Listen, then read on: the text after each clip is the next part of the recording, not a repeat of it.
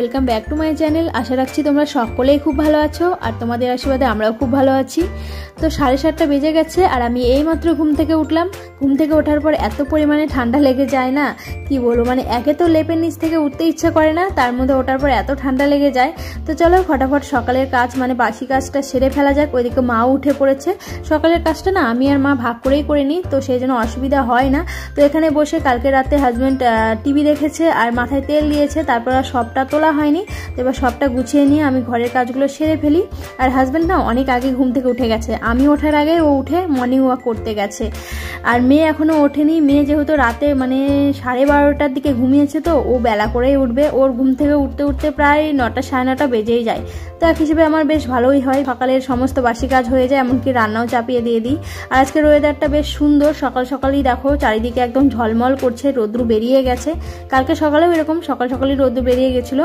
আজকে যেহেতু শনিবার, আর শনিবার করে না আমরা নিরামিষ যেহেতু রান্না করি, তো সেই জন্য গ্যাসের উনুন টুনুন সবই মুছে নিতে হবে, এমনকি মেজে নিতে হবে।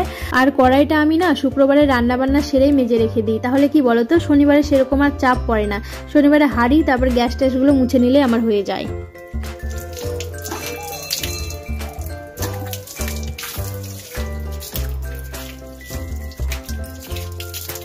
বাসি কাজ সেরে মুখ ধুয়ে রান্নাঘরে গিয়ে দেখি মা অলরেডি চা বসিয়ে দিয়েছে। আর ভাত বসাতেও এখনো অনেকটা সময় আছে, তাই ভাবলাম কি করব, জামা কাপড়গুলো কেচে নিই।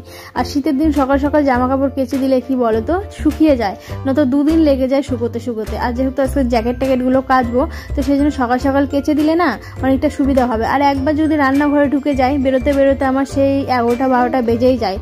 আর শীতের দিন একটা জিনিস কি বলতো, কাজের মধ্যে থাকলে না ঠান্ডাতে এমন মালুম পাওয়া যায় না, আর চুপচাপ বসে থাকলে ঠান্ডাটা মনে হয় বেশি লাগে। আমার হাজব্যান্ড বকা দিচ্ছে, বলে 7 সকালে ঠান্ডা জল দিয়ে কাচাকাচি করার কি দরকার আছে, বেলা হলেই তো করতে পারো। তো আমি বললাম আমার কাজ যখন আমাকেই করতে হবে, আমি আমার সুবিধা মতোই করি।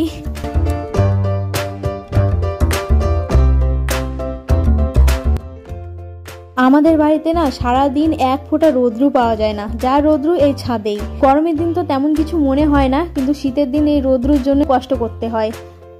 বেশি অসুবিধা হলে আমি আর মেয়ে চলে আসি ছাদে, স্নান ধ্যান করার পর ছাদে এসে রোদ্রু তাপিয়ে যায়।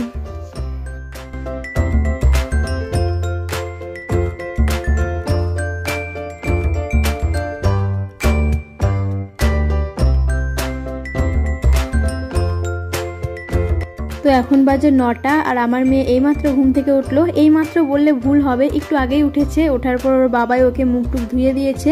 মুখ টুক ধোবে সব ঠিক আছে, কিন্তু খাবে না কারো হাতে, সে আমাকেই খাওয়াতে হবে।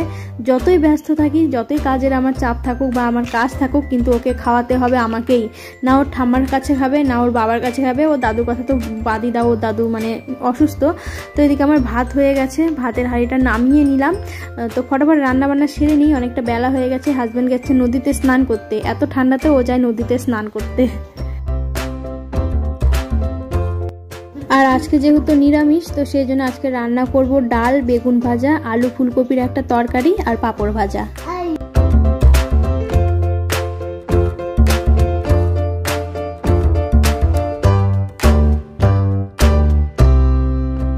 তো হাজব্যান্ড নদী থেকে স্নান করে চলে এসেছে, এবার ওকে খেতে দিতে হবে। তার আগে ডালটা ফোড়ন দিয়ে নিই। তো সকালে ওকে ডাল, আলু সেদ্ধ আর পাঁপড় ভাজা দিয়ে খেতে দিয়ে দেবো। আর যেহেতু শনিবার আজকে, তো সেই জন্য ডিমের অমলেট দেওয়া যাবে না। শনিবার করে না ও খেতে খুব কষ্ট পায়, কারণ ও নিরামিষ খেতে পারে না, কিন্তু কি করবো, কষ্ট করে খেতে হয় একটা দিন।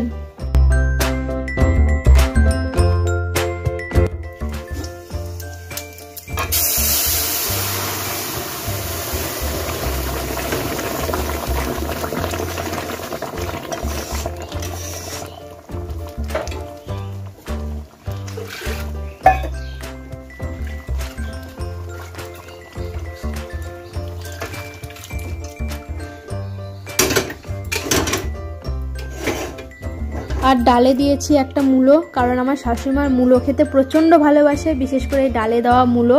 তো মার জন্যই দেওয়া হয়েছে। আমরা কেউ খাবো না, আমি খাবো না, আমার হাজব্যান্ড, আমার শ্বশুরমশাই কেউ খাবে না। যা মূলো দেখতে পাচ্ছে সব মাই দুবেলা খেয়ে নেবে। একটু ধনে পাতা ছিটিয়ে দিয়েছি, শীতের দিন না ধনে পাতা যে কোনো তরকারিতে দিলে মানে টেস্টটা একটা আলাদা ধরনের হয়ে যায়। আর ওইদিকে হাজব্যান্ড বসে পড়েছে, ওকে ভাত আর ডাল দিয়ে দিয়েছি। আলু সিদ্ধটা আমি আগেই মেখে রেখেছিলাম। তো ফটাফট এখন আমি পাঁপড় ভেজে ওকে আগে পাঁপড় দিয়ে আসি। আর মেয়ে কোথায় আছে জানি না, পাঁপড় ভাজছি এটা যদি টের পায় একবার দৌড়ে চলে আসবে রান্নাঘরে। এত পাঁপড় খেতে ভালোবাসে, তোমাদেরকে কি বলবো।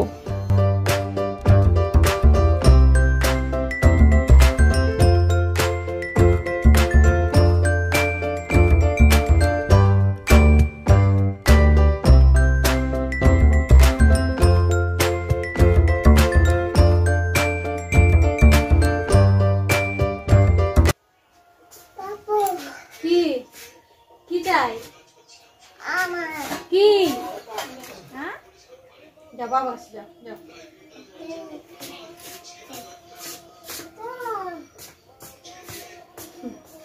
তো বন্ধুরা আমার রান্নাবান্না কমপ্লিট হলো। আর কি কি রান্না করলাম চলো একবার তোমাদেরকে দেখিয়ে দিই। তো আলু ফুলকপি দিয়ে তরকারি করেছি একটা শুকনো শুকনো, আর করেছি মটরের ডাল মূলো দিয়ে, আর বেগুন ভেজেছি আর পাঁপড় ভেজেছি। এই হচ্ছে আজকে রান্নাবান্না।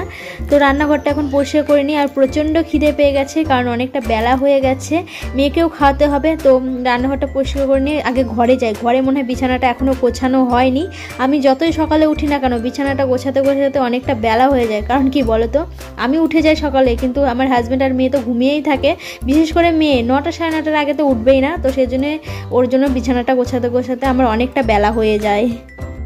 তো বন্ধুরা এখন বাজে দুপুর 2টো, আর তোমাদের সঙ্গে এখন দেখা করছি। আমার একটার মধ্যে স্নান ধ্যান হয়ে গেছে, আর মেয়েকে তো আগে স্নান করে দিয়েছি। আর যেহেতু আমাদের অছুত এখনও যায়নি, 1 মাস থাকবে, তো সেই জন্য পুজো টুজো আর করা হচ্ছে না। তো এখন 2টো বাজে, যেহেতু মেয়েকে খাইয়ে দেবো। হাজব্যান্ড এখন আসেনি, ও এলে না হয় আমরা খেয়ে নেবো, তার আগে ওকে খাইয়ে নিই। ওর খাওয়াটা হয়ে গেলে না অনেকটা ঝামেলা কমে যায়। তারপর আমরা খাওয়া দাওয়া করে 3 জনে একসঙ্গে শোবো। মেয়েকে ঘুম পাড়াতে হবে। দেখো অত্যাচার, ওঠো ওঠো ওঠো। ওর জন্য দোকানে জিনিস ঠিকঠাক রাখা যায় না, ডেলি একটা করে বের করবে আর নষ্ট করবে। এই যে দেখো একটা কানের নিয়ে এসেছে, দেখি দেখি, দেখো একটা কানের নিয়ে চলে এসেছে। এখন যদি ওটা নেই মহাভারত শুরু হয়ে যাবে, এমন কান্না শুরু করে দেবে থামানো যাবে না। খুব জেদ হয়েছে মেয়েটার। তুমি কথা বলতে পারো না, কিন্তু তোমার যেটা ঠিক হচ্ছে দিনে দিনে তুমি কিন্তু দুষ্টু হয়ে যাচ্ছ। তোমাকে মামার বাড়িতে নিয়ে যাব না। 2:30 বাজে, আর হাজব্যান্ড এই মাত্র বাড়িতে এলো। আমরা খেতে বসে পড়লাম। আর একটা জিনিস দেখো, আমার হাজব্যান্ড দাড়ি কেটেছে। ওকে দাড়ি কাটলে না বেশ সুন্দর লাগে দেখতে। আর এদিকে আমি খেতে বসেছি, আর আমার মেয়ে আমাকে করছে বিরক্ত। আমার পেছনে চেয়ারে দাঁড়িয়ে আছে। আমি যখনই খেতে বসবো আমার পেছনে এসে আমাকে এত উৎপাত করে না, শান্তিতে খেতেও দেয় না। তো খাওয়া দাওয়া করে একটু শুয়েছিলাম, আর এখন সন্ধ্যা হতে চললো। উঠে বিকেলে কাজ বাজ সেরে ফেলে, আর মেয়ে যে ঘুমিয়েছে। আর হাজব্যান্ড তো খাওয়া দাওয়া করে উঠে ওকে দোকানে যেতে হয়েছিল, কারণ কাস্টমার চলে এসেছিলো।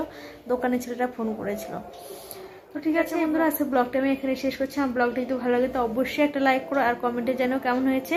আর আমার চ্যানেলকে অবশ্যই সাবস্ক্রাইব করো। তো আজকে মতো বাই বাই, সবাই খুব ভালো থেকো।